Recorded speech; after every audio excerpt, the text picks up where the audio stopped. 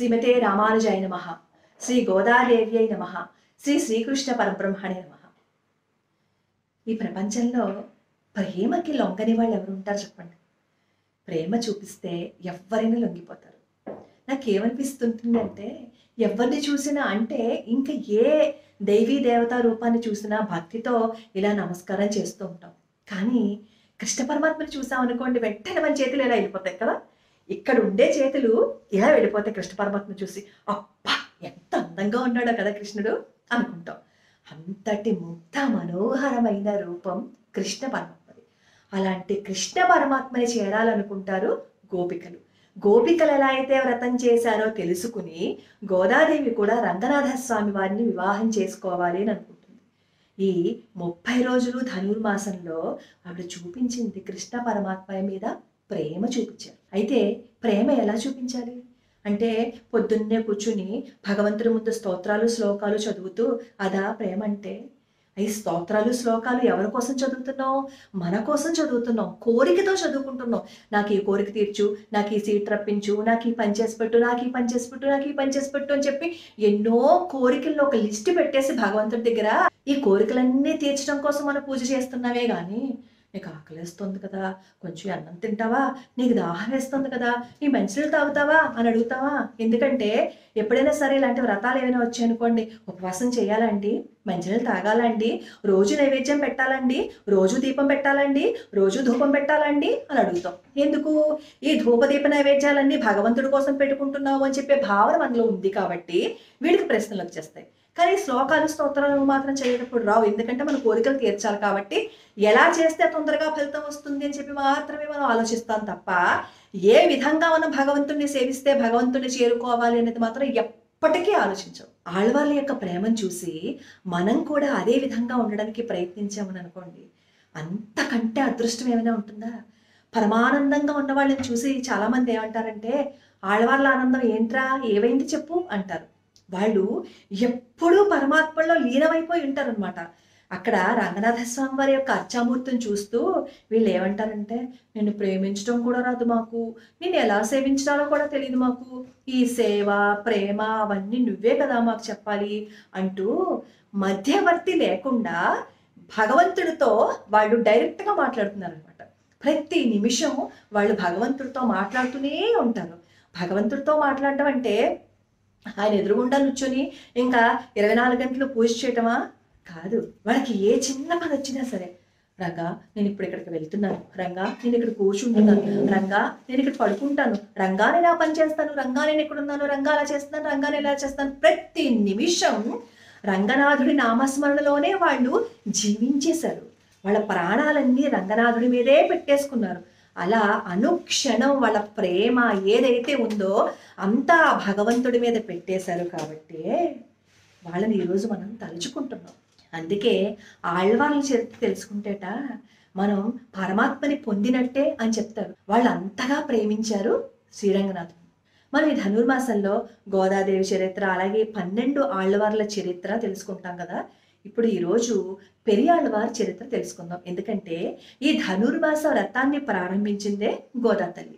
ఈ గోదా తల్లి ఎవరు ఏంటి తెలుసుకోవాలి అంటే ముందు పెరియాళ్వారి చరిత్ర తెలుసుకోవాలన్నమాట. పెరియాళ్వారు ముకుందాచార్యుల గారికి పద్మావతి దంపతులకి జన్మిస్తారు శ్రీధన్వి నవ్యపురం అనే ఊర్లో.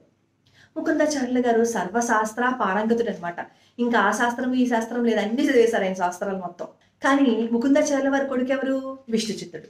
విష్ణుచిత్తుడు అని పేరు పెట్టినందుకే కావాల్సి ప్రతి క్షణం కృష్ణ పరమాత్మని అలా మనసులో ధ్యానించుకుంటూనే ఉన్నారు చివరి వరకు. ముకుందాచార్యుల వారేమో సర్వశాస్త్ర పారంగతుడు. ఎన్నిసార్లు శాస్త్రాలు అవన్నీ నేర్పించాలి అన్నా సరే విష్ణుచిత్తుల వారికి ఎక్కలేదు. ఆయన మనసంతా ఎక్కడుంది? ఈ శ్రీవిల్లిపుత్తూరులో వటపత్ర సాయి మీద ఉందన్నమాట. ఇంక ఈ శాస్త్రాలు ఇవన్నీ నాకేం అవసరం లేదు, నేను కొలుచుకోవాల్సింది వటపత్ర సాయిని అంటే కృష్ణ పరమాత్మని, నాకు ఈ శాస్త్రాలన్నీ ఎందుకు, నాకు అవసరమా? భగవంతుని చేరుకోవాలంటే మనకు కావాల్సింది జ్ఞానమా ప్రేమ? భగవంతుని చేరుకోవాలి అంటే ప్రేమ ఉంటే సరిపోతుంది. ఆ ప్రేమ ఎటువంటిదో ఈ పెరియాళ్ళ వారు చూపించారనమాట. సరే పాపం ఆ ఊళ్ళో అందరూ అంటూ ఉండేవారనమాట. తండ్రి ఏమో పండితుడు, విష్ణుచిత్తుడికేమో అసలు ఏమీ రాదు అని చెప్పి పాపం చాలా మంది ఈ విష్ణుచిత్తుల వారిని గేలి చేస్తూ ఉండేవారు. అయినా సరే విష్ణుచిత్తుల వారు ఏం పట్టించుకునేవారు కాదు. ఎందుకంటే ఆయన ధ్యాస అంతా పరమాత్ముడి పాదపద్మాల మీద ఉంది. అంతకంటే జీవితంలో ఏం అదృష్టం ఉంటుంది చెప్పండి? ఒకరోజు కృష్ణ పరమాత్మ దగ్గరికెళ్ళి, "కృష్ణ, నాకు నీ సేవ చేసుకోవాలని ఉంది. కానీ నాకు స్తోత్రాలు, శ్లోకాలు అవేం రావు. నేను శాస్త్రాలు చదవలేదు. నాకేమో వేద విద్య రాదు. ఏమీ రాదయ్యా. నేనేం చెయ్యాలయ్యా?" అని చెప్పి ఆయన ఏమంటారంటే, "చూడు, నువ్వెంత అందంగా ఉన్నావో చూడు. శాస్త్రాలు ఇవన్నీ వస్తే నువ్వు అందంగా కనిపిస్తావా? కనిపించవు కదా! కానీ నీ మెడలో ఇంత అందమైన పూలమాలలు వేశాను చూసావా? నీ రూపం ఎంత అందంగా ఉందయ్యా! నువ్వు ఎంత అద్భుతంగా కనిపిస్తున్నావయ్యా! చూసే కొద్దీ నేను చూడాలనిపిస్తోందయ్యా! కాబట్టి నిన్ను సేవించుకోవాలి అంటే నేను నీకు పూమాలలు కట్టుకుంటానయ్యా! అంతకు మించి నాకేం రాదు. నువ్వు వెళ్తుంటే నీ పల్లకిని మోస్తాను. నీ కోసం దీపారాధన చేస్తాను. అన్నీ నీ కోసం ఏదైనా సరే ఇలాంటి సేవ చేయగలను గానీ, ఈ విద్యంతా నాకు రాదయ్యా" అని చెప్పి కృష్ణ పరమాత్మ దగ్గర మొరపెట్టుకుంటారన్నమాట. ఆ తర్వాత ఏం చేస్తారు విష్ణుచిత్తుల వారు? ఒక స్థలంలో తులసి వనాన్ని వేస్తారు. దాంతో పాటు కొన్ని పూల మొక్కలు కూడా వేస్తారనమాట. ప్రతిరోజు పొద్దున్నే ఏం చేసేవారంటే చక్కగా ఎంత శ్రద్ధగా అంటే ఒక్కొక్క మొక్క దగ్గరికి వెళ్ళి పాదు తవ్వుతూ, "నువ్వు తొందరగా పెరుగు. కృష్ణ పరమాత్మకి నేను మాలలు వేయాలి కదా! ఇదిగో ఇప్పుడే చెప్తున్నాను. చాలా పెద్ద పెద్ద ఆకులు రావాలి. చాలా అందంగా ఉండాలి. సరేనా?" అంటూ ఆ పాదులు తవ్వుతూ ఉండేవారు. పూల మొక్కల దగ్గరికి వెళ్ళి, "నువ్వు తొందరగా పూసేయి. ఎందుకంటే కృష్ణ పరమాత్మకి వెయ్యాలి కదా! నువ్వు అందంగా కూడా పూయాలి. బలంగా కూడా పూయాలి. అర్థమైందా?" అంటూ ప్రతి మొక్కని స్పృశిస్తూ అక్కడికి వెళ్ళి ఆయన అమితమైన ఆనందాన్ని పొందేసేవారనమాట. అలా స్నానం చేసి పొద్దున్నే ఆ తులసి దళాలు, పువ్వులన్నీ కోసుకొచ్చి ఓ చోట పెట్టి చక్కగా మాల కడుతూ, "కృష్ణ, ఈ పువ్వు ఇక్కడ పెట్టనా?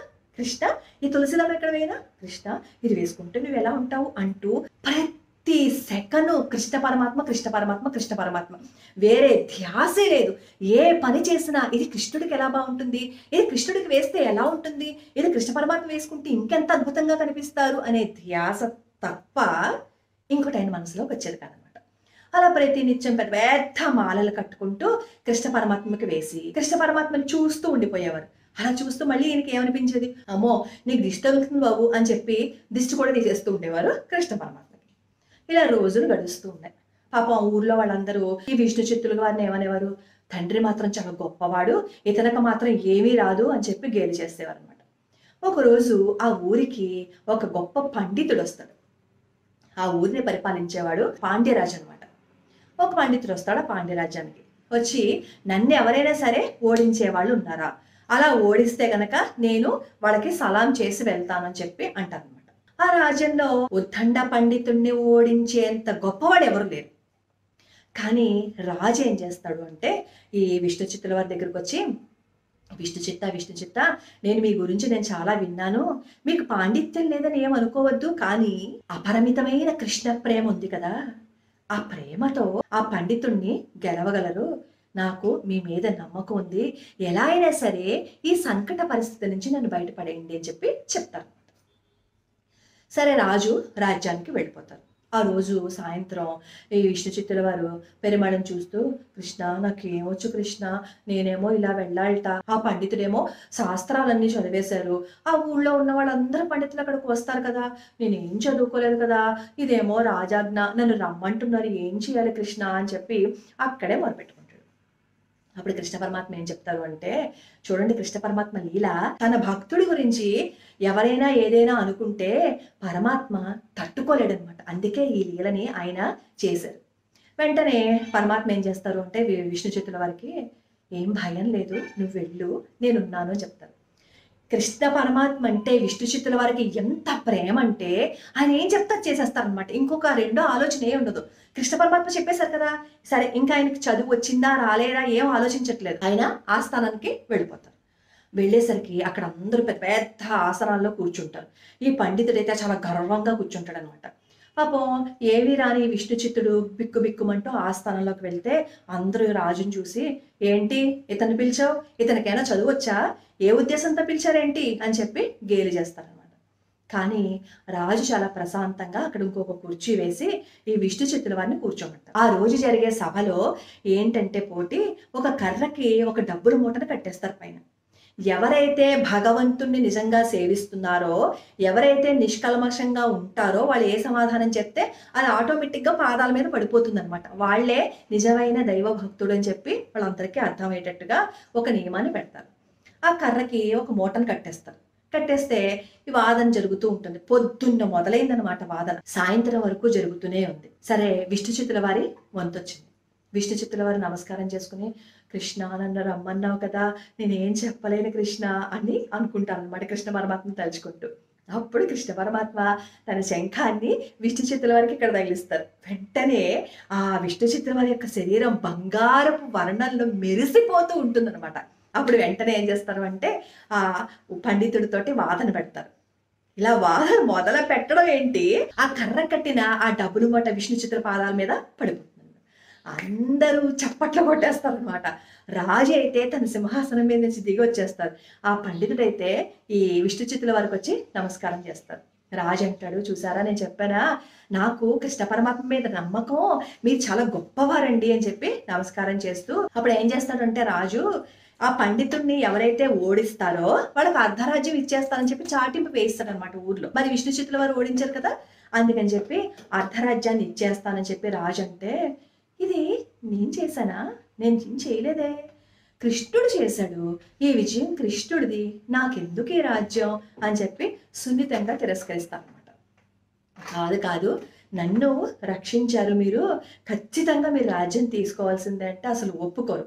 ఒప్పుకోకపోతే సరే, మీరు కనీసం ఈ వీధుల్లో అయినా సరే మిమ్మల్ని ఊరేగించి నేను నా కృతజ్ఞత తీర్చుకోవాలని నేను అనుకుంటున్నాను, ఈ భద్రగజం మీద మీరు ఎక్కి ఊరేగండి అని చెప్పి చెప్తారు. ఈ భద్రగజం మీదేమో విష్ణు చిత్తుల వారిని కూర్చోబెడతారు. తన కిరీటం కూడా తీసుకొచ్చి విష్ణు చిత్తుల వారికి పెడతారు అనమాట. ఊరంతా తిరుగుతూ ఉంటారు అనమాట. ఈ భద్రగజం ఎక్కి తిరుగుతూ ఉంటే వైకుంఠంలో కృష్ణ పరమాత్మ ఎలా ఉంటారో, తన కొడుక్కి అంత వైభోగం జరుగుతుంది అంటే చూడాలనుకుంటారు విష్ణు పరమాత్మ. అందుకని చెప్పి లక్ష్మీదేవితో వస్తారనమాట. వస్తే వాళ్ళని చూసిన ఈ విష్ణు చిత్తుల వారు, నువ్వు వచ్చేసావేంటి, ఎందుకు వచ్చావు నువ్వు, నీ రూపాన్ని చూసి వీళ్ళందరూ దిష్టి పడేస్తారు, ఎందుకు వచ్చావయ్యా కృష్ణ, నువ్వు వెళ్ళిపో, ఇక్కడి నుంచి వెళ్ళిపో వెళ్ళిపో వెళ్ళిపో అని గొడవ పెడతారనమాట. అక్కడ ఉన్న వాళ్ళందరితో చెప్తారు, మీరు ఎవరో చూడకండి, కృష్ణ పరమాత్మ వంక దిష్టి తగులుతుంది, మీరు ఎవరో చూడకండి అని చెప్తూ అక్కడ కృష్ణ పరమాత్మకి పల్లాండు పల్లాండు అని చెప్పి ఆయన పాసురం చదివేస్తారు. అంటే ఏంటి, నీకెవరి దిష్టి తగలకూడదు, వేల వేల వేల వేల వేల కోట్ల సంవత్సరాలు నువ్వు చాలా సుందరంగా ఉండాలి, నువ్వు చాలా చక్కగా ఉండాలి, నువ్వు హాయిగా ఉండాలి, నువ్వు వెళ్ళిపో, ఇక్కడి నుంచి వెళ్ళిపో, గొడవ గొడవ చేసేస్తారనమాట. ఎంత గొడవ చేస్తారంటే అక్కడ ఉన్న వాళ్ళందరినీ చెప్తారు, మీరు ఎవరు చూడొద్దు, మీరు కూడా దిష్టి తీయండి, దిష్టి తగులుతుంది ఆ కృష్ణ పరమాత్మకి, మీరు ఎవరైనా చూసి అందంగా ఉన్నాడని చెప్పి అన్నారో మరి జాగ్రత్త అని చెప్తారనమాట. వాళ్ళందరూ కూడా ఈ విష్ణు చిత్తుల వారి ప్రేమను చూసి వాళ్ళు కూడా మంగళాశాసనాలు చేసేస్తారనమాట. అంతటి ప్రేమమూర్తి ఈ ప్రియాణాలు. అప్పుడు రాజు అంటాడు, నీ వల్లే కదయ్యా ఈరోజు నేను విష్ణుమూర్తిని చూశాను అని చెప్పి అంటారు. నేను ఈ వీడియోలో చాలా చోట్ల రంగనాథుడికి బదులుగా కృష్ణ అనే చెప్పి అంటున్నాను, ఎందుకంటే నాకు స్వతహాగా కృష్ణుడు అంటే ఇష్టం. ఇక్కడ నేను కృష్ణ అన్న ప్రతి చోట మీరు రంగనాథుడిని పెట్టుకోండి, ఎందుకంటే నా నోట్లోంచి కృష్ణ అని మాత్రమే వస్తుంది, దానికి నేనేం చేయలేను. ఈ పాండ్యరాజు ఏమంటారు అంటే, నీ వల్ల కదా మాకు ఈ దర్శనం అయ్యింది, నీ వల్ల కదా మా జీవితం కూడా ధన్యమైంది అని చెప్పి ఆ డబ్బులు కూడా ఈ విష్ణు చిత్తుల వారికి ఇస్తే, నాకు వద్దు, నాకు అసలు ఏమీ వద్దు, కృష్ణ పరమాత్మ ఆలయం ఉంది కదా, ఆ ఆలయాన్ని బాగు చేయించడానికి ఇచ్చేసేయండి, నాకెందుకు చెప్పండి అని చెప్పి అంతటి గొప్ప అనుభూతి అయినా సరే మళ్ళీ సామాన్యుడిలా ఆలయంలో పూమాలలను కట్టుకుంటూ జీవిస్తున్నాడు. అంతేకాదు, ఆయన ప్రతినిత్యం ఏం చేసేవారు తెలుసా, కృష్ణ పరమాత్మ ఏమో ఈయన్ని కొడుకు అనుకుంటే ఈయన ఏం చేసేవారో తెలుసా, కృష్ణ పరమాత్మని ఈయనేమో యశోదలాగా, ఆయన మరి వటపత్ర సాయి ఆలయంలో కదా ఈయన మాలలు సమర్పిస్తున్నారు, మరి చిన్ని కృష్ణుడు కదా, ఆ కృష్ణ లీలలన్నింటినీ అనుభవిస్తూ ఆ ఆలయంలో వచ్చే వాళ్ళందరికీ ముచ్చట గొలిపిస్తూ కృష్ణ పరమాత్మని సేవించుకుంటూ ఉండగా ఒకరోజు తులసి వనంలో ఆయన దున్నుతూ ఉంటే ఒక అందమైన బాలిక కనిపించింది. ఈ అందమైన బాలిక ఎవరు అనేది రేపు వీడియోలో మనం తెలుసుకుందాం. ఈ రోజు రెండో పాసరం కదా చదువుకోవాల్సిందే. ఈ రెండో పాసరంలో వయ్యత్తు ఆరు వీరిగాళ్ళు అనమాట. మనకి రెండో పాసరం వస్తుంది. దాని అర్థంలో ఏముంటుంది అంటే, కృష్ణ మేమేం కాటుక పెట్టుకోము, మేమేమి తినము, ఎందుకంటే నువ్వు మా దగ్గరికి రాలేదు కదా, మేము ఆకలితో ఉంటే నీకు ఆకలేస్తుంది కదా కృష్ణ. వీళ్ళు తినకపోతే వీళ్ళకి ఆకలేస్తే కృష్ణ పరమాత్మకి ఆకలేస్తుందట. ఆ భావన చూడండి అసలు. ఎంత చక్కటి భావన. మేము తినకపోతే నీకు ఆకలేస్తుంది కదా, అందుకే మేము కూడా తినం. అక్కడ వాళ్ళు ఉపవాసం ఉండాలని ప్రయత్నపూర్వకంగా చేశారా? కాదు. కృష్ణ పరమాత్మ వాళ్ళకి దగ్గరికి రావట్లేదు కాబట్టి మేము తినమన్నారు అంతే.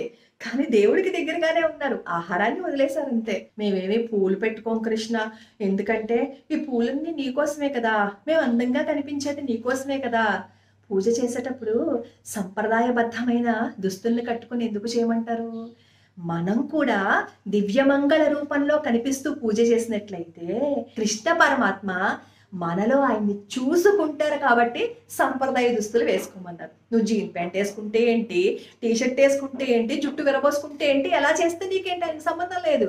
కానీ నువ్వు అందంగా అలంకరించుకుని అక్కడికి వచ్చి పూజ చేసుకున్నావు అనుకో, హత్తరి నా భక్తురాలు చూడు ఎంత చక్కగా అందంగా కూర్చుందని చెప్పి కృష్ణ పరమాత్మ పరిగెత్తుకుని వస్తాడు కదా.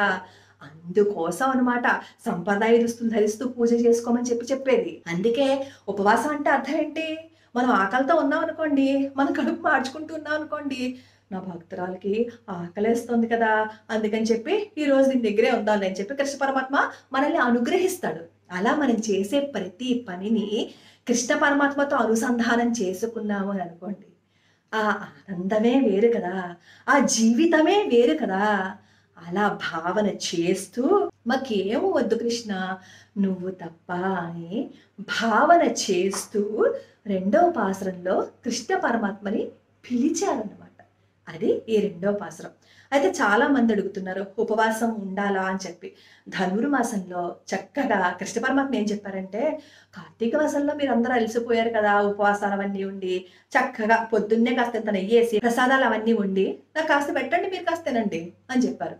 అంటే ఆయనకి నివేదన చేసి ఏదైనా సరే ఆహారాన్ని తీసుకునేటప్పుడు మనం తీసుకోమని చెప్పి కృష్ణ పరమాత్మ చెప్పారనమాట. కానీ ఆ నివేదన చేసిన దాంట్లో ఒక్క తులసి దళాన్ని వేసాము అని అనుకోండి, పరమ ప్రీతిగా ఆ ప్రసాదాన్ని స్వీకరిస్తారు.